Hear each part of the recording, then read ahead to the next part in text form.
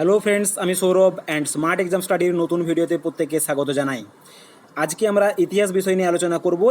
ইতিহাসের হরপ্পা সভ্যতা বা ইন্দা সিভিলাইজেশনের একটা পুরো তথ্যভিত্তিক ভিডিও আমি নিয়ে এসেছি। ভিডিওটা খুবই ইনফরমেটিভ, তোমাদের প্রত্যেকটা রাজ্য সরকারের বা কেন্দ্র সরকারের পরীক্ষার ক্ষেত্রে উপযোগী। তাই প্রত্যেককে অনুরোধ করবো ভিডিওটা শেষ পর্যন্ত দেখতে থাকো, আর যদি ভালো লাগে তাহলে ছোট্ট চ্যানেলটিকে আমার সাবস্ক্রাইব করো প্লিজ। তাহলে চলো শুরু করা যাক। দেখো, হরপ্পা বা ইন্দাস সিভিলাইজেশনের সময়কাল হচ্ছে 2500 থেকে 1750 বিসি, অর্থাৎ যীশু খ্রিস্টের জন্মের 2500 থেকে 1750 খ্রিস্টপূর্ব এই সময়কালে এই হরপ্পা সভ্যতাটা গড়ে উঠেছিল। এটা অ্যাকর্ডিং টু কার্বন ডেটিং বা এই যে অ্যাকর্ডিং টু কার্বন ডেটিং, এটা হচ্ছে একটা এমন বিষয় যেখানে একটা শিলার বা কোনো কিছু প্রত্নতাত্ত্বিক বিষয়ের বয়সটা জানা যায়। আমরা কার্বন ডেটিং পদ্ধতিতে জীবাশ্মের বয়স নির্ধারণ করে থাকি, সেইভাবেই হরপ্পা সভ্যতার বয়সটা বলা হচ্ছে 2500 থেকে 1750 খ্রিস্টপূর্বাব্দ। পরে কি দেখতে পাচ্ছি, অপর নাম বা এই যে বলছি হরপ্পা সভ্যতা বা সিন্ধু সভ্যতা, একে আর কি কি নামে ডাকতে পারি সভ্যতাটাকে, আর কি কি নাম আছে এই সভ্যতাটার।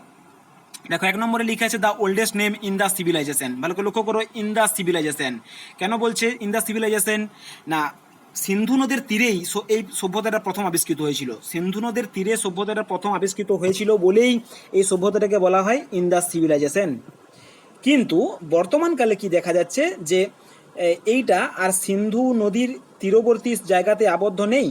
এটা সিন্ধু তট অতিক্রম করে ভারতে এবং ভারতের বাইরের বিস্তীর্ণ অঞ্চলে এটার প্রায় 1400 কেন্দ্র আবিষ্কৃত হয়েছে। এনসিআরটির যে বই, তাতে 1400 কেন্দ্র বলা আছে, কোনো কোনো বইয়ে 1500 কেন্দ্রও বলা আছে। যেমন ডিএন ঝার বইটাতে 1500 কেন্দ্র বলা আছে। তো 1400 থেকে 1500 এই মাঝামাঝি কেন্দ্র আবিষ্কৃত হয়েছে, সেটা শুধু ভারতে নয়, ভারতের বাইরেও।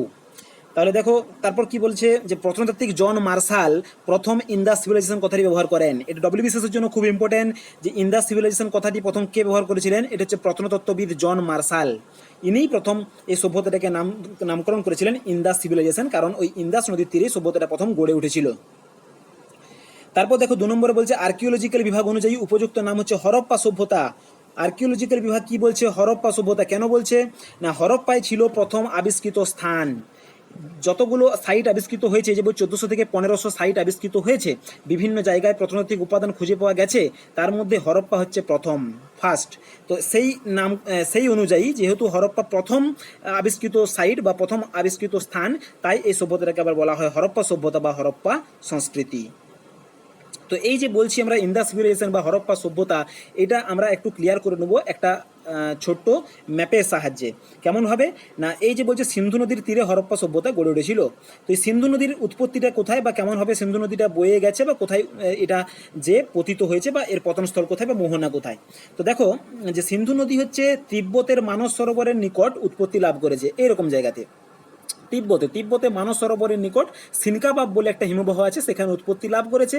এরপর এটা ভারতে ঢুকেছে জম্মু কাশ্মীর রাজ্যের মধ্য দিয়ে এটা পাকিস্তানের ভিতর দিয়ে প্রবেশ করে চলে গেছে, আরব সাগরে পড়েছে। তাহলে এই সিন্ধু নদীটার বিস্তার কিন্তু অনেক অনেক, কারণ সিন্ধু নদীটা 2880 কিলোমিটার দৈর্ঘ্য, কিন্তু এটা ভারতের দৈর্ঘ্য মাত্র 709 কিলোমিটার। অর্থাৎ 2880 কিলোমিটার দীর্ঘ নদীর 709 কিলোমিটার ভারতে প্রবাহিত হয়েছে, বাকিটা ভারতের বাইরে। অর্থাৎ এই নদীটার বেশিরভাগটাই হচ্ছে পাকিস্তানের ভিতর দিয়ে। তো এই নদীটার আবার প্রধান 5টা উপনদী আছে: শতদ্রু, বিপাশা, ইরাবতী, চন্দ্রভাগা। এই দেখতে পাচ্ছ, চন্দ্রভাগা, ইরাবতী, শতদ্রু, ঝিলাম, এগুলো হচ্ছে এর উপনদী। তো এই উপনদী আর সিন্ধু নদী মিলে যে অঞ্চলটা দিয়ে প্রবাহিত হয়েছে, অর্থাৎ ওই সিন্ধু অববাহিকাটা, এই পুরোটাতেই সিন্ধু সভ্যতা প্রথম গড়ে উঠেছিল বা সিন্ধু সভ্যতাটা গড়ে উঠেছিল, সেই জন্য একে সিন্ধু সভ্যতা বলা হয়। ওকে, এরপর দেখো, এই যে ম্যাপটা দেখতে পাচ্ছ, এই যে জম্মু কাশ্মীর রাজ্য, ইরাবতী নদী, এই যে শতদ্রু, এগুলো সিন্ধুই, এই যে সিন্ধু সমভূমি, কারণ সিন্ধু নদীর যে অঞ্চলটা দিয়ে বয়ে গেছে এটা সিন্ধু সমভূমি বা এটা সিন্ধু অববাহিকা। তারপর দেখো আরব সাগরে পতিত হয়েছে, গুজরাটের কাছে গিয়ে আরব সাগরে পতিত হয়েছে, এটা হচ্ছে মোহনা। তো এই অঞ্চলটাতে সিন্ধু সভ্যতা গড়ে উঠেছিল, তাই সিন্ধু নদীর তীরে গড়ে উঠেছিল বলে এটাকে সিন্ধু সভ্যতা বলা হলো। আবার পরবর্তীকালে যখন দেখা যাচ্ছে যে এটা শুধুমাত্র সিন্ধু অববাহিকাকে কেন্দ্র করে নেই, এটা ভারতবর্ষের বিভিন্ন রাজ্যের মধ্য দিয়ে পাঞ্জাব, হরিয়ানা, রাজস্থান, গুজরাট, মহারাষ্ট্র, ইউপি, এই এতগুলো রাজ্যে ছড়িয়ে পড়েছে। আবার ভারতবর্ষের বাইরে বেলুচিস্তান, আফগানিস্তান, এই জায়গাতেও এটা ছড়িয়ে পড়েছে, যে আফগানিস্তান, বেলুচিস্তান, আফগানিস্তান নিচে পাকিস্তান, এটা হচ্ছে অখণ্ড ভারতবর্ষের ছবি।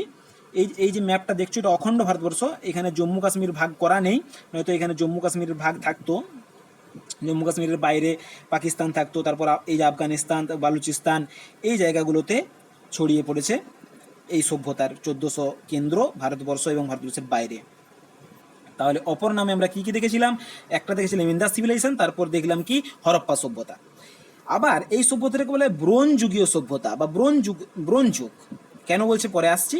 4 নম্বরে দেখো বলছে প্রোটো হিস্টোরিক পিরিয়ড বা প্রাগৈতিহাসিক সভ্যতা। প্রাগৈতিহাসিক কথাটাকে ভাঙলে হয় প্রাক যুক্ত ঐতিহাসিক, প্রাগৈতিহাসিক সভ্যতা। একে কেন বলছে প্রোটো হিস্টোরিক বা প্রাগৈতিহাসিক সভ্যতা? না, ইতিহাসের সেই সভ্যতাগুলোকেই প্রাগৈতিহাসিক সভ্যতা বলে যে সভ্যতাগুলোর কিছু ডকুমেন্টস বা সিলমোহর, লিপি খোঁজ পাওয়া গেছে, কিছু লিখিত উপাদান পাওয়া গেছে, কিন্তু সেটা আজও উদ্ধার করা সম্ভব হয়নি বা সেটা পড়া সম্ভব হয়নি। সেই যুগের সেই সমকালীন সভ্যতা যদি হয় তখন সেটাকে বলা হয় প্রাগৈতিহাসিক সভ্যতা। ওকে, তারপর দেখো 5 নম্বরে বলা আছে ইন্দাস সরস্বতী সিভিলাইজেশন। কথাটা দেখো, ইন্দাস সরস্বতী, ইন্দাস মানে সিন্ধু, ইন্দাস এই কথাটা হচ্ছে সিন্ধু নদীকে বলছে, সরস্বতী সিভিলাইজেশন। তো ইন্দাস সরস্বতী কেন বলছে? না, 80% বসতি বা সেটেলমেন্ট ওই সরস্বতী নদীর ধারেই ছিল। এই নদীটার বর্তমানে কিন্তু অস্তিত্ব খুঁজে পাওয়া যায় না, এটাও পরীক্ষায় প্রশ্ন হয়। যেটা ঋগ বেদে উল্লেখ আছে এই নদীটার, কিন্তু বর্তমানে এর অস্তিত্ব নেই, হয়তো কোনো কারণের গতিপথটা বন্ধ হয়ে গেছে বা নদীটা হারিয়ে গেছে। তো 80% বসতি সরস্বতী নদীর ধারে ছিল বলে এই সভ্যতাটাকে আবার বলা হয় ইন্দাস সরস্বতী সিভিলাইজেশন। ওকে, দেখো 3 নম্বর পয়েন্টটা বলেছিলাম, পরে বলছি ব্রোঞ্জ যুগ। ব্রোঞ্জ যুগ কেন বলছে এটা জানতে গেলে আমাদের ইতিহাসের সময়কালটাকে একটু জানতে হবে। সেজন্য আমি একটা ছক করেছি, দেখো সময়কালটাতে কি বলছে। সময়কালে দেখো আমি প্রথমে ভাগ করেছি প্রস্তর যুগ। প্রস্তর যুগটাকে দেখো 3টা ভাগে ভাগ করা হয়েছে, পুরাতন প্রস্তর যুগ, মধ্য প্রস্তর যুগ আর নব্য প্রস্তর যুগ। পুরাতন প্রস্তর যুগ, মধ্য প্রস্তর যুগ, নব্য প্রস্তর যুগ। সময়কালটা দেখো, প্রস্তর যুগের সময়কালটা হচ্ছে 30 লক্ষ থেকে 1000 বিসি বা 30 লক্ষ থেকে 1000 যিশুর জন্মের পূর্বের সময়কাল। তো পুরাতন প্রস্তর যুগ বা প্যালিওলিথিক এজ যেটা হচ্ছে সেটা হচ্ছে 30,000 থেকে 10,000 বিসি। তারপর হচ্ছে মেসোলিথিক 9,000 থেকে 4,000 বিসি। নিওলিথিক 4,000 থেকে 1,000 বিসি। মানে পাথরের ব্যবহার হতো 3টে যুগেই, কিন্তু এই সময় পাথরের ব্যবহারটা ছিল বড় বড় পাথর ব্যবহার করতো, এবড়ো খেবড়ো পাথর ব্যবহার করতো। হাতিয়ারগুলো ছুচালো ছিল না, ধারালো ছিল না, ভারী ছিল। এই সময় একটু উন্নত হয়েছিল। নবপ্রস্তর যুগে পাথরের ব্যবহারটা কি হলো, মানুষ এটাকে অনেক হালকা করে নিল, এটাকে সুচালো করে নিল। এই পাথরের অস্ত্রগুলোকে গাছের ডালের সাথে বেঁধে বর্ষা জাতীয়, ফলা জাতীয় অস্ত্রশস্ত্র গড়ে তুলতে লাগলো। তো পাথরের ব্যবহার হতো 3টে যুগেই, কিন্তু পাথরের উন্নত হয়েছিল, পাথরের অস্ত্রশস্ত্রগুলো উন্নত হয়েছিল। সেই অনুযায়ী ভাগটা করা হয় পুরাতন প্রস্তর যুগ, মধ্যপ্রস্তর যুগ, নবপ্রস্তর যুগ। এরপর দেখো তাম্রপ্রস্তর যুগ। তাম্রপ্রস্তর যুগ বা এটাকে বলছে চ্যালকোলিথিক এজ। তার মানে কি, প্রস্তর মানে আমার পাথর আর তাম্র মানে তামা, মানে এই সময় তামারও ব্যবহার হতো আবার পাথরেরও ব্যবহার হতো, তাই সময়টাকে বলা হচ্ছে তাম্রপ্রস্তর যুগ। তো ভালো করে লক্ষ্য করো সময়কালটা 3500 বিসি থেকে 1000 বিসি। অর্থাৎ দেখো নিওলিথিক এজ বা নবপ্রস্তর যুগের যে সময়কাল 4000 থেকে 1000 বিসি, এই সময়কালের মাঝেই পড়ে যায় এই তাম্রপ্রস্তর যুগের সময়টা 3500 থেকে 1000 বিসি যেটা। অর্থাৎ এই সময় নিওলিথিক এজটাতে মানুষ পাথরকে উন্নত করেছিল ঠিকই, কিন্তু আস্তে আস্তে মানুষ তামার ব্যবহার বা কপারের ব্যবহার শিখে ফেলেছিল। সেই সময় থেকে 1000 বিসি, যে সময়টাতে তামার ব্যবহারও হচ্ছে, পাথরের ব্যবহারও হচ্ছে, তাই এই যুগটাকে আবার বলা হয় তাম্রপ্রস্তর যুগ। তারপর যুগে আরও উন্নত হলো, মানুষ লোহর ব্যবহার করতে শুরু হলো আয়রন এজ, সেটা হচ্ছে 1000 বিসি থেকে 5000 বিসি। তো দেখো সিন্ধু সভ্যতার অপর নাম বলা ছিল ব্রোঞ্জ সভ্যতা, বা এটাকে তাম্রপ্রস্তর যুগের সভ্যতাও বলা হয়। অর্থাৎ ব্রোঞ্জ মানে কি, এই তামার সাথে টিন মিশিয়ে ব্রোঞ্জ তৈরি হয়, Cu+Sn। তো দেখো তামার সাথে টিন মিশিয়ে ব্রোঞ্জ তৈরি করছে, অর্থাৎ একটা সংকর ধাতু তৈরি হয়েছে। তার মানে হরপ্পা সভ্যতার অনেক পূর্বেই আবার তামার ব্যবহারটাও শুরু হয়ে গেছিল। সেটাই এই যে নিওলিথিকে যে তামার ব্যবহার শুরু হয়, আর এটা হচ্ছে হরপ্পা সভ্যতার সময়কাল। আমরা জানি 2500 থেকে 1750, মানে এই যুগে। তো এটাকে তাম্রপ্রস্তর যুগও বলা যাবে, হরপ্পা সভ্যতাকে ব্রোঞ্জ যুগও বলা যাবে। আর ব্রোঞ্জটাই তৈরি হয় আমার তামা আর টিন দিয়ে, অর্থাৎ হরপ্পা সভ্যতার অনেক পূর্বেই, অর্থাৎ নব্য প্রস্তর যুগে বা নিওলিথিক এজের সময়কালেই তামার উৎপত্তি বা ব্যবহার শুরু হয়েছিল। ওকে, তাহলে আমরা দেখে নিলাম যে পুরো কি কি নামে ডাকা যায়। পুরানো নাম সব থেকে হচ্ছে ইন্দাস সিভিলাইজেশন, কারণ এটা সিন্ধু নদীর তীরে গড়ে উঠেছিল। এই কথাটা প্রথম ব্যবহার করেছিলেন জন মার্শাল। তারপরে একে হরপ্পা সভ্যতা বলা হয়, কারণ হরপ্পাই ছিল প্রথম আবিষ্কৃত স্থান বা সাইট। এটাকে ব্রোঞ্জ যুগও বলা হয়, কারণ এই যুগে ব্রোঞ্জের ব্যবহার খুব বেশি হয়েছিল। প্রোটো হিস্টোরিক পিরিয়ড বলা হচ্ছে বা প্রাগৈতিহাসিক সভ্যতা বলা হচ্ছে, কারণ এই যুগের লেখা কিছু জিনিসপত্র পাওয়া গেল, সেটা পড়া সম্ভব হয়নি। আর ইন্দাস সরস্বতী সিভিলাইজেশন বলা হচ্ছে, কারণ এই সময়কার 80% সেটেলমেন্ট ওই সরস্বতী নদীর তীরে গড়ে উঠেছিল, যদিও এই নদীর অস্তিত্ব বর্তমানে নেই, তবে ঋগ্বেদে এই নদীর অস্তিত্ব কথা উল্লেখ আছে। এরপর দেখো ভারতের মধ্যে কোন কোন রাজ্যে এই হরপ্পা সভ্যতা বা সিন্ধু সভ্যতা ছড়িয়ে পড়েছে বা কোন কোন রাজ্যে এর কেন্দ্র আবিষ্কৃত হয়েছে। দেখো 7টা রাজ্য দেখতে পাচ্ছি, জম্মু কাশ্মীর উত্তর দিকে, তারপর পাঞ্জাব, রাজস্থান, হরিয়ানা, উত্তরপ্রদেশের পশ্চিমাংশ, গুজরাট, মহারাষ্ট্রের উত্তর অংশটা। আমি ম্যাপটা একটু দেখানোর জন্য ছোট করে চেষ্টা করেছি। দেখো জম্মু কাশ্মীর উত্তরের দিকে রাজ্য, তারপর আছে নিচটাতে পাঞ্জাব, আমরা জানি এটা মরুভূমি অঞ্চল রাজস্থান, তারপর তার পাশে হরিয়ানা, তার পাশে উত্তরপ্রদেশ। তো পুরো উত্তরপ্রদেশটা জুড়েই এর কেন্দ্র আবিষ্কৃত হয়নি, উত্তরপ্রদেশের পশ্চিম দিকটা, অর্থাৎ এই সাইডটা, এটা আমাদের পশ্চিম দিক, উত্তরপ্রদেশের এই সাইডটাতে কিছু অংশে হরপ্পা সভ্যতার প্রত্নতাত্ত্বিক উপাদান পাওয়া গেছে। এছাড়াও দেখো গুজরাটে পাওয়া গেছে, তার নিচে মহারাষ্ট্র, এই স্টেটগুলোতে। মহারাষ্ট্র পুরোটা নয়, মহারাষ্ট্রের উত্তর দিকটা, অর্থাৎ ভারতবর্ষের এটা উত্তর দিক, অর্থাৎ এই দিকটাতে মহারাষ্ট্রের কিছু অংশে সিন্ধু সভ্যতার প্রত্নতাত্ত্বিক উপাদানগুলো খুঁজে পাওয়া গেছে। তাহলে মনে রাখবে জম্মু কাশ্মীর, পাঞ্জাব, রাজস্থান, হরিয়ানা, উত্তরপ্রদেশের পশ্চিমাংশ, গুজরাট এবং মহারাষ্ট্রের উত্তরাংশ। এবং দেখো একটা কথা আমি একটু আগেই বলেছিলাম যে এই সভ্যতার যে অনেকগুলো নাম দেওয়া হচ্ছে, তার মধ্যে দেখো বলা হয়েছে ইন্দাস সিভিলাইজেশন, পরে নামটা দেওয়া হয়েছে হরপ্পা সভ্যতা, অর্থাৎ লক্ষ্য করা গেছিল যে শুধুমাত্র সিন্ধু নদীর তীরেই সভ্যতাটা আমার কেন্দ্রীভূত নয়, সভ্যতাটা ভারতের বাইরেও ছড়িয়ে পড়েছে। তো ভারতের বাইরে বলতে এই পাকিস্তান, বেলুচিস্তান, আফগানিস্তান, এই সব জায়গাগুলোতে আমার বহির্ভারতে এর কেন্দ্র আবিষ্কৃত হয়েছে। এখন প্রশ্ন হয় যে এই যে এত বড় সভ্যতাটা, এই সভ্যতাটার উত্তর দিকের শেষ সীমানা, পূর্ব দিকের, দক্ষিণ দিকের এবং পশ্চিম দিকের, মানে সভ্যতাটার একটা তো লাস্ট পয়েন্ট পাবো আমি, সব দিকে এর বিস্তার কতটা, তো সেটাই দেখো পরে ছকে আমি দেখিয়েছি যে বিস্তৃতি বা সীমা কেমন ছিল।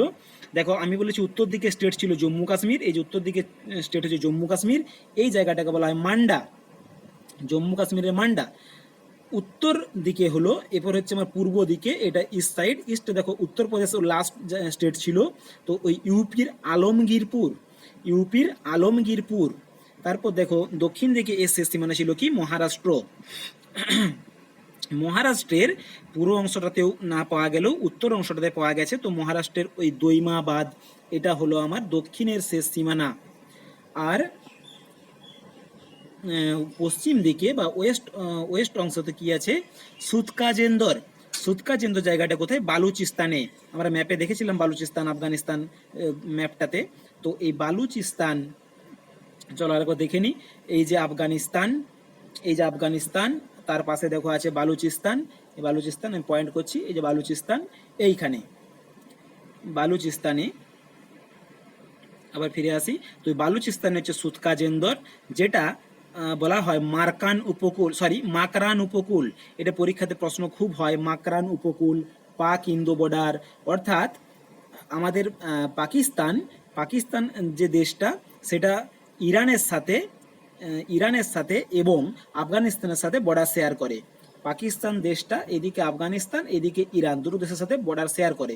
তো এই পাকিস্তান আর ইরানের যে বর্ডার, এইটাকে বলা হয় মাকরান কোস্ট বা মাকরান উপকূলের কাছে সুতকাজেন্দর। এই জায়গাটা হচ্ছে আমাদের পশ্চিম দিকের শেষ সীমানা, অর্থাৎ বালুচিস্তানের সুতকাজেন্দর, যেটা পাকিস্তান ইরান বর্ডার, মাকরান উপকূলের কাছে, এইটা হচ্ছে পশ্চিম দিকের শেষ সীমানা। তাহলে কি দেখলাম, উত্তরে মান্ডা, পূর্বে আলমগীরপুর, দক্ষিণে দৈমাবাদ, আর পশ্চিমে হচ্ছে সুতকাজেন্দর, যেটা পাক ইরান বর্ডার বা মাকরান উপকূল। ওকে, এরপর আসবো রাজ্যভিত্তিক প্রত্নক্ষেত্রগুলির অবস্থান, অর্থাৎ বিভিন্ন যে সাইটগুলো আমরা খুঁজে পেয়েছি সেগুলো কোনটা কোন রাজ্যে, এটা পরীক্ষায় পড়ে। হ্যাঁ, তা এগুলো যদি আমি প্রশ্ন আকারে করতাম কতগুলো প্রশ্ন হতো, সেজন্য তথ্য আকারে দিচ্ছি। এই ভিডিওটা তোমরা শেষ পর্যন্ত দেখতে থাকো, দেখো পরীক্ষাতে এইখান থেকে এরকমভাবেই প্রশ্ন হয়, আশা করি কোনো প্রশ্নই বাদ যাবে না। তো রাজ্যভিত্তিক প্রত্নক্ষেত্রগুলির অবস্থান বলতে কোন কোন প্রত্নক্ষেত্র আবিষ্কৃত হয়েছে সেটা কোন রাজ্যে। দেখে নাও, সিন্ধু প্রদেশে কি বলা হচ্ছে, সিন্ধু প্রদেশে হচ্ছে মহেঞ্জোদাড়ো আর চানহুদ্রো। বালুচিস্তানে কি আছে, মেহেরগড়, বালাকোট। পাঞ্জাবে আছে রূপার। হরিয়ানাতে বানওয়ালি, ভগবানপুর, রাখিডোহি, এটা আমি গোল করে রাখছি, পরে বলছি। রাজস্থানে আছে কালীবঙ্গান। গুজরাটে লোথাল, রংপুর, ধোলাভিরা, এটাকেও গোল করে রাখলাম, সুরকোটাডা। পশ্চিম ইউপি বা উত্তরপ্রদেশের পশ্চিম অংশে কি আছে, আলমগীরপুর। উত্তর মহারাষ্ট্রে কোন কেন্দ্র, দৈমাবাদ, যেটা আমাদের লাস্ট সীমানা। জম্মু কাশ্মীর মান্ডা, এটাও লাস্ট সীমানা। ইউপির আলমগীরপুর লাস্ট সীমানা। তো এই জায়গাগুলোতে বা এই স্টেটগুলোতে এই কেন্দ্রগুলো অবস্থান করছে। তো এর ভেতর থেকে যে প্রশ্নটা পড়ে যায়, এই রাখিগড়ি, এইটা হচ্ছে, এগুলো তো ভারতবর্ষে অবস্থান করছে। রাখিগড়ি দেখো হরিয়ানা স্টেটে। তো ভারতবর্ষে যতগুলো কেন্দ্র আছে এটা হচ্ছে তার মধ্যে বৃহত্তম কেন্দ্র, ফার্স্ট রাখিগড়ি, হরিয়ানা স্টেটে। প্রশ্ন হয় রাখিগড়ি কোন স্টেটে অবস্থান করছে, এটা হচ্ছে, আবার এটার বিশেষত্ব কি, এটা হচ্ছে ভারতের মধ্যে যতগুলো কেন্দ্র আছে তার মধ্যে সব থেকে বৃহত্তম। ধোলাভিরা যেটা গুজরাট রাজ্যে, এটা হচ্ছে দ্বিতীয় বৃহত্তম, অর্থাৎ এটা হচ্ছে দ্বিতীয় স্থানে আছে যেটা গুজরাট রাজ্যে। ওকে, তাহলে বিভিন্ন রাজ্যের কোন কোন কেন্দ্রগুলো রয়েছে এবং এদের মধ্যে ভারতের যে কেন্দ্রগুলো রয়েছে তার মধ্যে প্রথম হচ্ছে রাখিগড়ি, এটা হরিয়ানা রাজ্যে। দ্বিতীয় হচ্ছে ধোলাভিরা, এটা হচ্ছে গুজরাট রাজ্যে। পরে দেখো, এইখান থেকে খুব বেশি প্রশ্ন আসে। আমরা প্রতিটা পরীক্ষা, যারা কম্পিটিশন পরীক্ষা দিচ্ছি তারা জানি, এটাকে খুব ভালো করে লক্ষ্য করবে। দেখো, হরপ্পান সাইট, এই যে হরপ্পান সাইট বলছি বা বিভিন্ন হরপ্পা কেন্দ্রগুলো বলেছি, এগুলো আবিষ্কার হয়েছে কেমন, ভারতের বাইরেও যেমন হয়েছে এবং ভারতের ভিতরেও সেরকম হয়েছে। তো আলেকজান্ডার ক্যানিংহাম প্রথম হরপ্পা থেকে প্রত্নতাত্ত্বিক নিদর্শন সংগ্রহ করেছিলেন 1853 সালে। আমরা জানি হরপ্পা সভ্যতা আবিষ্কার করেছেন দয়ারাম সাহানি, মহেঞ্জোদাড়ো করেছেন রাখালদাস ব্যানার্জি। কিন্তু মনে রাখবে যে আলেকজান্ডার ক্যানিংহাম উনিই প্রথম হরপ্পা থেকে প্রত্নতাত্ত্বিক নিদর্শন সংগ্রহ করেছিলেন। সেটা সালটা হচ্ছে 1853, মানে বহু পূর্বে। 1853 সালে তিনি এটা আবিষ্কার করেছিলেন। তারপর বলছে প্রত্নতাত্ত্বিক খনন কার্য, যে খনন কার্যটা করা হয়েছিল তার ফলে, খনন কার্য না করলে তো এই উপাদানগুলো খুঁজে পাওয়া যায় না। তো এই প্রত্নতাত্ত্বিক খনন কার্যটা হয়েছিল স্যার জন মার্শালের নেতৃত্বে। তারপর দেখো পাকিস্তান সাইট, অর্থাৎ পাকিস্তানের ভিতর কোন কোন কেন্দ্রগুলো খুঁজে পাওয়া গেছে, সেই কেন্দ্রগুলো কে আবিষ্কার করেছে, কত সালে করেছে, সেটা কোথায় অবস্থিত এবং সেই কেন্দ্রে কি কি পাওয়া গেছে। তো হরপ্পা সভ্যতা আবিষ্কার করেছেন দয়ারাম সাহানি 1921 খ্রিস্টাব্দে। 1921 খ্রিস্টাব্দে দয়ারাম সাহানি পাঞ্জাবের মন্টগোমারি জেলার ইরাবতী বা রাভি নদীর তীরে যে উন্নত নগর সভ্যতার সন্ধান পান, সেটাই হচ্ছে হরপ্পা। দেখো অবস্থান কি বলা আছে, পাঞ্জাবের মন্টগোমারি জেলা রাভি নদীর তীরে, রাভি অর্থাৎ ইরাবতী নদী, বর্তমান হচ্ছে ইরাবতী। তো পাঞ্জাবের মন্টগোমারি জেলা, এটা খুব পরে হরপ্পা সভ্যতার অবস্থান কোথায়, পাঞ্জাবের মন্টগোমারি জেলা, রাভি নদী। আর আবিষ্কারক কে, দয়ারাম সাহানি। সালটা কত, 1921। এটাও শর্টে পড়ে যায়। হরপ্পা কথার অর্থ কি, হরপ্পা কথার অর্থ হচ্ছে পশুপতির খাদ্য। দেখো বলে দিলে হয়তো ভুলে যেতে পারো, সেজন্য যতটা পেরেছি আমি অ্যাড করে দিয়েছি বা লিখে দিয়েছি এইখানে, যাতে ভিডিওটা দেখার সময় তোমরা এটাকে পয়েন্ট করে নিতে পারো, খাতার মধ্যে লিখে নিতে পারো। হরপ্পা কথার অর্থ হচ্ছে পশুপতির খাদ্য। এই হরপ্পা সভ্যতা আবিষ্কার দয়ারাম সাহানি 1921, পাঞ্জাবের মন্টগোমারি জেলা, রাভি নদীর তীরে। এরপর দেখো, এই যে আমি একটা দাগ দিয়ে পাশে পাশে লিখেছি, এটার অর্থ হচ্ছে এই হরপ্পা সভ্যতাতে কি কি জিনিস বা দ্রব্য খুঁজে পাওয়া গেছে। একে দেখো 6টি ছোট শস্যাগার। আমরা জানি একটা বৃহৎ শস্যাগার পাওয়া গেছিল, সেটা কিন্তু হরপ্পাতে নয়। বৃহৎ শস্যাগারটা পাওয়া গেছিল মহেঞ্জোদাড়োতে। আর ছোট শস্যাগার, তাও আবার 6টা একটা সারিতে পাওয়া গেছিল হরপ্পা সভ্যতাতে। 6 গ্রেনারিজ ইন রো, একটা সারিতে আমার 6টা ছোট ছোট শস্যাগার পাওয়া গেছে হরপ্পাতে। তারপর পাথরের পুরুষলিঙ্গ, স্টোন সিম্বল অফ লিঙ্গম, লিঙ্গ খুঁজে পাওয়া গেছে, সেটা যোনি, মহিলা লিঙ্গ আর পুরুষ লিঙ্গ, এই যে ফিমেল সেক্স অর্গানও পাওয়া গেছে, আর লিঙ্গম পাওয়া গেছে সেটা পাথরের। তারপর কি আছে, মাটির তৈরি মাতৃদেবী, clay figure of mother goddess, এটা খুব পড়ে। Clay figure of mother goddess কোথায় পাওয়া গেছে, হরপ্পাতে। আর কি পাওয়া গেছে, কাঠের পাত্র যেটাতে গম আর বার্লি আছে, wheat and barley in wooden mortar, কাঠের পাত্রতে পাওয়া গেছে গম আর বার্লি, অর্থাৎ সেই যুগে এই জব, বার্লি, গমের খুব চাষ হতো। এছাড়া তুলারও খুব চাষ হতো। তো এই হলো হরপ্পা কেন্দ্র। এরপর দেখো পরের কেন্দ্র মহেঞ্জোদাড়ো। মহেঞ্জোদাড়ো কেন্দ্রটাকে আবিষ্কার করেছেন রাখাল দাস ব্যানার্জি। সালটা কত? 1922। 1922-এ রাখাল দাস ব্যানার্জি। 1921-এ ছিল হরপ্পা। 1922-এ হচ্ছে মহেঞ্জোদাড়ো। এই মহেঞ্জোদাড়োটা হরপ্পা থেকে প্রায় 480 কিলোমিটার দূরে। মানে দুটা যে কেন্দ্র, এই হরপ্পা আর মহেঞ্জোদাড়ো, এই দুটোর মধ্যে দূরত্ব হচ্ছে প্রায় 483 কিলোমিটার দুটো কেন্দ্রের মধ্যে। একটা এই সিন্ধু নদী যে গেছে, এই সিন্ধু নদী তো এইদিকে বয়েছে, অর্থাৎ এটা হচ্ছে আমার উত্তর দিক, এটা দক্ষিণ দিক, এটা পূর্ব দিক, এটা পশ্চিম। এই সিন্ধু নদীর পশ্চিম দিকে অবস্থান করছে মেহেরগড়, আর এই দিকে ইরাবতী নদীর কাছে অবস্থান করছে আমার হরপ্পা। এই দুটো সভ্যতার মধ্যবর্তী দূরত্বটা হচ্ছে ওই 483 কিলোমিটারের মতো। তো এই মহেঞ্জোদারোতে দেখো অবস্থান কি হচ্ছে, সিন্ধু প্রদেশের লারাকানা জেলা, তাই তো, সিন্ধু নদীর তীরে। তাহলে সিন্ধু নদীর তীরে কোন সভ্যতা গড়ে উঠেছিল? মহেঞ্জোদারো সভ্যতা। আর রাভি বা ইরাবতী নদীর তীরে হচ্ছে সিন্ধু সভ্যতা। এই মহেঞ্জোদারো কথার অর্থ দেখো মৃতের স্তূপ। আমরা কি পেলাম? হরপ্পা কথার অর্থ হচ্ছে পশুপতির খাদ্য। পশুপতি বলতে তখন শিবকেই বোঝানো হয়। আর মহেঞ্জোদারো কথার অর্থ হচ্ছে মৃতের স্তূপ। এইখানে দেখো কি পাওয়া গেছে, আমরা হরপ্পা সভ্যতায় কি পেলাম? শস্যাগার পাওয়া গেছে, কিন্তু 6টা শস্যাগার, সেগুলো ছোট ছোট। এইখানে পাওয়া গেছে বৃহৎ শস্যাগার, গ্রেট গ্রেনারি। আর পাওয়া গেছে কি বৃহৎ স্নানাগার, গ্রেট বাথ প্লেস। এগুলো খুব মানে বিশেষ আধুনিক ছিল এইগুলো। হ্যাঁ, শস্যাগার যেখানে আমার শস্য মজুত করে রাখা হতো, সেখানে যাতে শস্য নষ্ট না হয় সেজন্য যাতে বাতাস ঢুকতে পারে তার ব্যবস্থা ছিল। এবং ওই শস্য কেন্দ্রের পাশে যারা কাজকর্ম করে তাদের থাকার ব্যবস্থা ছিল। আর স্নানাগারটা যেটা ছিল সেটা তো এখনকার এখনকার মতোই আধুনিক। এই স্নানাগারটা ছিল তোমার 180 feet by 108 feet, 180 feet by 108 feet স্নানাগার, এবং যেটা 8 ফুট উঁচু দেওয়াল দিয়ে তোমার ঘেরা ছিল। এছাড়াও এর কেন্দ্রস্থলে একটা জলাশয় ছিল, যেটা তোমার 39 ফুট, অর্থাৎ 39 ফুট লম্বা আর 23 ফুট চওড়া এবং 8 ফুট ডিপ। 39 ফুট লম্বা, 23 ফুট চওড়া, 8 ফুট ডিপ। আর জলাশয়ের নোংরা জল যাতে নিকাশি হয়ে যায় বা নোংরা জল সহজে বেরিয়ে যায়, এটা পরিষ্কার করার পূর্ণ ব্যবস্থা ছিল। এমনকি ঋতুভেদে, অর্থাৎ গ্রীষ্মকালে ঠান্ডা জল যাতে পাও, শীতকালেতে গরম জল পাও, সেই ব্যবস্থাও ছিল। তারপর দেখো মহেঞ্জোদারোতে তার কি পাওয়া গেছে, নৃত্যরত মহিলার ব্রোঞ্জ মূর্তি, খুব important, bronze image of A nude women dancer, অর্থাৎ একটা মহিলা নাচ করছে এমন মহিলার ব্রোঞ্জ মূর্তি।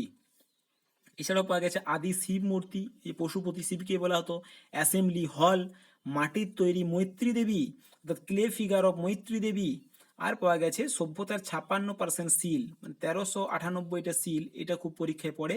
1398টা সিল মহেঞ্জোদারোতে পাওয়া গেছে। তাহলে এই হলো মহেঞ্জোদারো কেন্দ্র।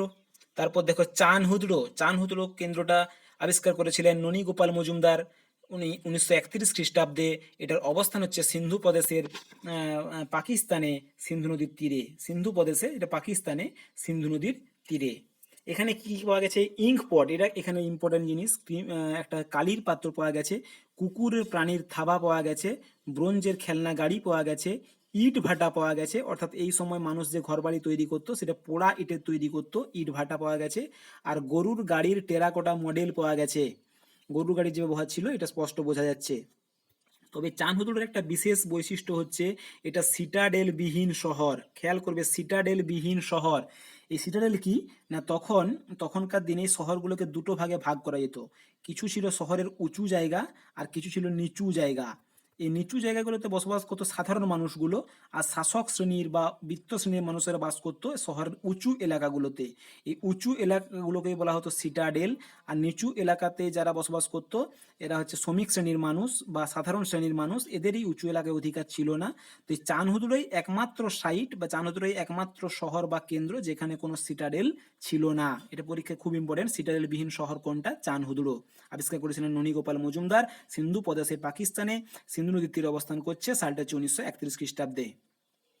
তো এই ছিল আমাদের পাকিস্তান সাইড বা পাকিস্তানের ভিতরে আমরা কি কি দেখলাম, হরপ্পা, মহেঞ্জোদারো, চানহুদুরো, যেগুলো খুব ইম্পর্টেন্ট সেগুলো আলোচনা করা হয়েছে। এরপর দেখো আমরা পাচ্ছি ইন্ডিয়ান সাইড বা ভারতের মধ্যে কোন কোন কেন্দ্রগুলো রয়েছে। প্রথমেই দেখো রয়েছে লোথাল। তো লোথাল আবিষ্কার কে করেছেন? লোথাল আবিষ্কার করেছেন আমাদের এস আর রাও 1954 খ্রিস্টাব্দে। এস আর রাও। এটার অবস্থান কোথায়? গুজরাটে ভোগাবর নদীর তীরে। গুজরাট ভোগাবর নদীর তীরে লোথাল অবস্থান করছে। গুজরাটের ভোগাবর নদীর তীরে লোথাল অবস্থান করছে। আবিষ্কার করছে এস আর রাও 1954 সালে। এখানে যেটা পাওয়া গেছে ধান চাষের প্রমাণ, অর্থাৎ সেই সময় জব বার্লির পাশাপাশি ধান চাষও হতো। এছাড়াও পাওয়া গেছে ফায়ার অল্টার্স বা যজ্ঞের বেদি, যাগযজ্ঞের প্রচলন ছিল, মূর্তি পুজো প্রচলন ছিল, বিভিন্ন প্রাকৃতিক দেবদেবীর উপাসনা করা হতো। তো যজ্ঞের দেবীর খোঁজ পাওয়া গেছে বা বেদির খোঁজ পাওয়া গেছে। পোতাশ্রয়স্থল অর্থাৎ ব্যবসা বাণিজ্য হতো, সেটা নদী পথে সমুদ্র পথে ব্যবসা বাণিজ্য হতো, সেজন্য ডকইয়ার্ড বা পোতাশ্রয়স্থল পাওয়া গেছে যেখানে জাহাজগুলো এসে দাঁড়াতো। এই হরপ্পার সরি এই লোথাল যে কেন্দ্রটা, এটা হচ্ছে হরপ্পা সভ্যতার ম্যানচেস্টার বলা হয়। কেন বলা হয়? আমাদের আমেদাবাদ যেমন ভারতের ম্যানচেস্টার, এখানে সেরকম হরপ্পা সভ্যতার ম্যানচেস্টার হচ্ছে লোথাল। এটাই হচ্ছে সব থেকে মানে বিশ্বের প্রাচীনতম বন্দর। দেখো, বিশ্বের প্রাচীনতম বন্দর, তাহলে এটা হচ্ছে বন্দর শহর লোথাল। হ্যাঁ, এটা দিয়ে খুব বাণিজ্য হতো এবং এটাকে ম্যানচেস্টারও বলা হয়। তারপর দেখো কালীবঙ্গান। কালীবঙ্গান 2 নম্বরে আবিষ্কার করেছেন কে? অমলেন্দু ঘোষ মহাশয়। কালীবঙ্গানের আবিষ্কারক হচ্ছে অমলেন্দু ঘোষ। সালটা হচ্ছে 1951। অবস্থান কোথায়? রাজস্থানের হনুমানগড় জেলা, রাজস্থান রাজ্যের মধ্যে হনুমানগড় জেলা, ঘাঘর নদীর তীরে। এই নদীগুলো গোলায় যে কোনটা কোন নদীর তীরে, তো কালীবঙ্গান হচ্ছে ঘাঘর নদীর তীরে। এখানে কি বৈশিষ্ট্য কি বা এখানে কি কি জিনিস পাওয়া গেছে? হাতির পায়ের হাড় পাওয়া গেছে, 7টা যজ্ঞবেদী পাওয়া গেছে। আমরা আগেও দেখলাম লোথালে পাওয়া গেছে, কিন্তু এখানে 7টা যজ্ঞবেদী পাওয়া গেছে। চাষ দেওয়া জমি বা প্ল ফিল্ড সারফেস, হ্যাঁ, লাঙলের যে ব্যবহার ছিল, চাষ হতো, তো চাষ দেওয়া জমির খোঁজ পাওয়া গেছে। গাড়ির চাকা, অবশ্যই এটা খেলনা গাড়ি, wheels of a toy car, সেটাও পাওয়া গেছে কালীবঙ্গানে। তো এইগুলো বারবার পড়তে হবে, ভিডিওটা দুবার দেখবে, দরকার হলে সব তথ্যগুলো খাতায় তুলে নেবে। প্রত্যেকটা পয়েন্ট খুব ইম্পর্টেন্ট, কোনোটা মিস করবে না। তারপর দেখো বানাওয়ালি, 3 নম্বরে আছে বানাওয়ালি। এর আবিষ্কারককে আর এস বিস্ট, উনি আবিষ্কার করেছেন 1973 সালে। বানাওয়ালি আর এস বিস্ট 1973 সালে।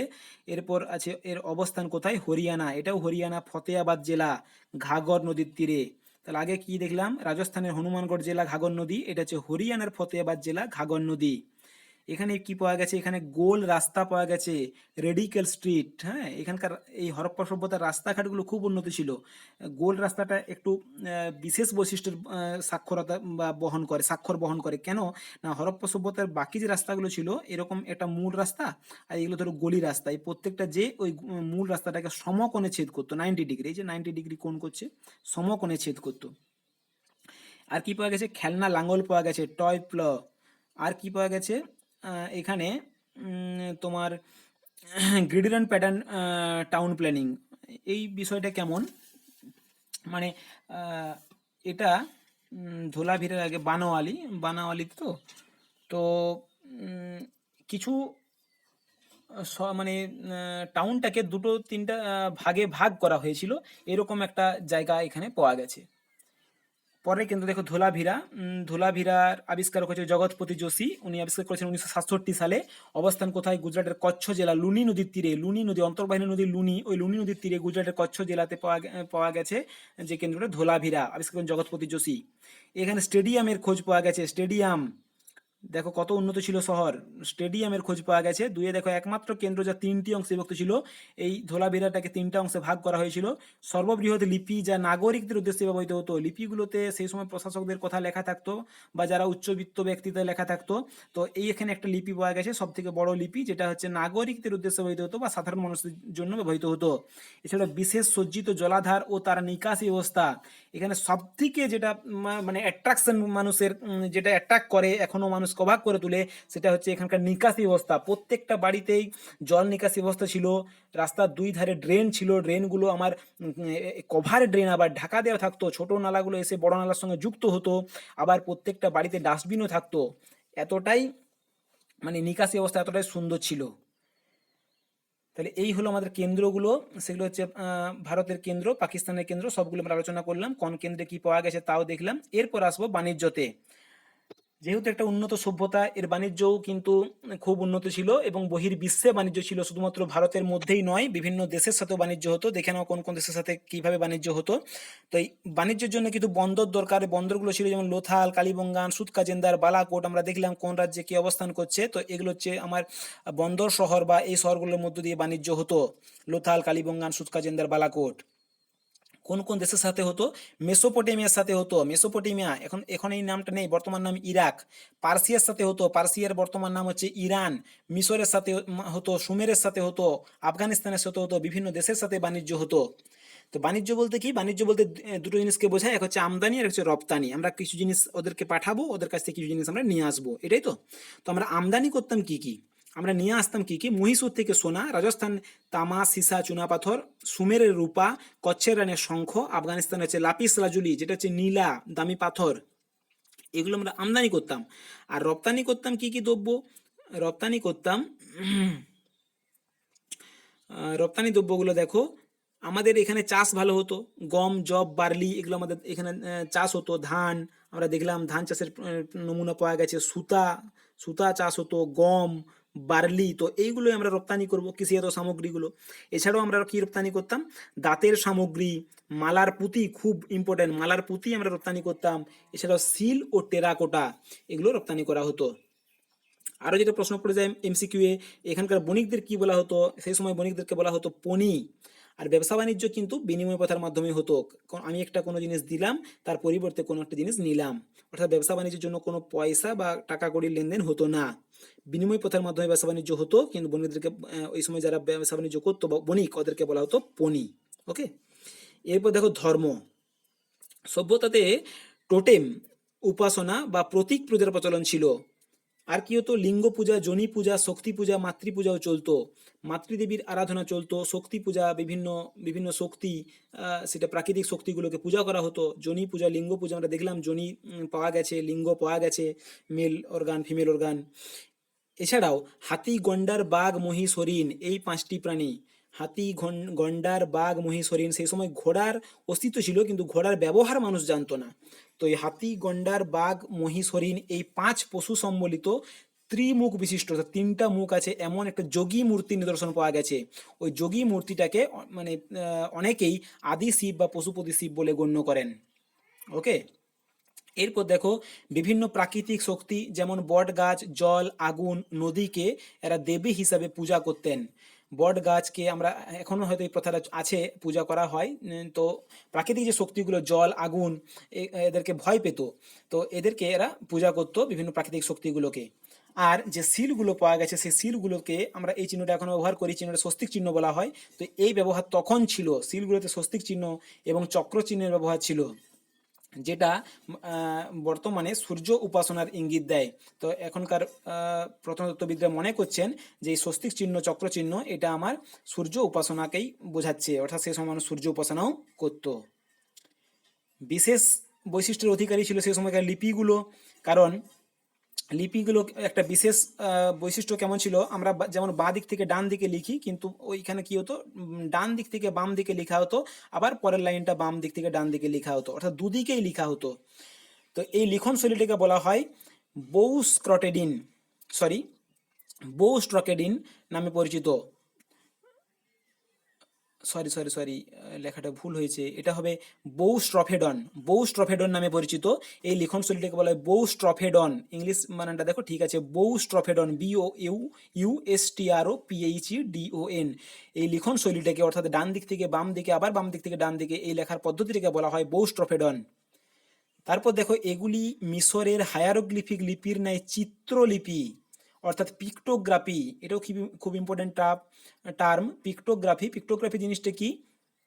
পিক্টোগ্রাফি বলতে শুধুমাত্র আমরা যেমন এই যে ওয়ার্ড দিয়ে লিখেছি, বা সরি বর্ণ দিয়ে লিখেছি একটা একটা ওয়ার্ড, তো বর্ণর প্রচলন যে কেমন ছিল সেটা পড়া সম্ভব হয়নি, তার পাশাপাশি কিছু সাংকেতিক চিহ্ন ব্যবহার করা হতো, কিছু সাংকেতিক চিহ্ন ব্যবহার করা হতো এবং কিছু চিত্র ব্যবহার করা হতো এর মাঝে মাঝে। তো লেখার মাঝে সাংকেতিক চিহ্নও থাকতো, চিত্রও থাকতো, তো এই জন্য এটাকে বলা হয় পিক্টোগ্রাফি বা চিত্রলিপি। স্যার ফাদার হেরাসের, উনি লিপির পাঠোদ্ধারে কিছুটা সক্ষম হয়েছেন, এছাড়া বাকি লিপিগুলোকে আজও পড়া সম্ভব হয়নি। পরের পয়েন্ট দেখো, সিলমোহর। সিলমোহর, সেই সময় যে সিলমোহরগুলো পাওয়া গেছে, আমরা দেখেছি যে মেসোপটেমিয়াতেও সিলমোহর পাওয়া গেছে। আমাদের সিন্ধু সভ্যতার সিলমোহর মেসোপটেমিয়ায় পাওয়া গেছে 23টা সিলমোহর। মেসোপটেমিয়াতে 23টা সিলমোহর আবিষ্কৃত হয়েছে, যেটা আমাদের ইঙ্গিত দেয় যে মেসোপটেমিয়ার সাথে এই সিন্ধু সভ্যতার আদান প্রদান বা লেনদেন হতো। তো এই সিলমোহরগুলো মূলত স্টিয়েটাইট পাথর দিয়ে তৈরি হতো, যেগুলো আকৃতিতে চতুর্ভুজাকার বা আয়তাকার ছিল। এবং এই সিলমোহরের মধ্যে শিবের মূর্তি খোদাই করা থাকতো। শিব বা আদি যোগী মূর্তি খুব মানা হতো, পূজার প্রচলন ছিল। তো এই শিবের মূর্তি খোদাই করা থাকতো সিলমোহরে। আর এগুলো আবিষ্কার করেছিলেন জে ক্লিট মহাশয়। জে ক্লিট 1912 সালে এই সিলমোহরগুলো আবিষ্কার করেছিলেন। ওকে, তো এই ছিল পুরো সিন্ধু সভ্যতা। আমি তোমাদেরকে সিন্ধু সভ্যতার নগর পরিকল্পনা সম্বন্ধে বললাম না এই কারণেই, কারণ সিন্ধু সভ্যতার নগর পরিকল্পনাটা কম বেশি সবাই জানো। তবে কিছু বিষয় বলার মাঝে মাঝে আমি বলেছি যে এখানে জল নিকাশি ব্যবস্থা কেমন ছিল, নগর পরিকল্পনাতে পোড়া মাটির ইট ব্যবহার করা হতো, রাস্তাগুলো ছোট রাস্তাগুলো বড় রাস্তার সাথে সমকোণে মিলিত হতো, ড্রেনেজ সিস্টেম, এখানের শস্যাগার, স্নানাগার, এক আধুনিক শহর বলা যায়।